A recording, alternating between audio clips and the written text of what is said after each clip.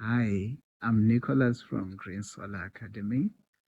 What you're looking at here is an example of a roof mounting structure on a tiled roof. You'll notice that the panels are mounted on a proper roof mounting structure, and there are a number of reasons why this is done.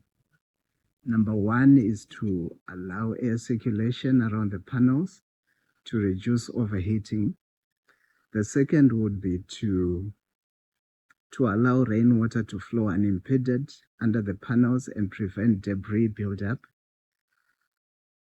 The third reason would be to provide covered cableways for the cabling connecting the panels to the rest of the system. These steps ensure longevity of the system. There are a number of suppliers in Zimbabwe for roof mounting systems. We teach this and more in our training courses at Green Solar Academy.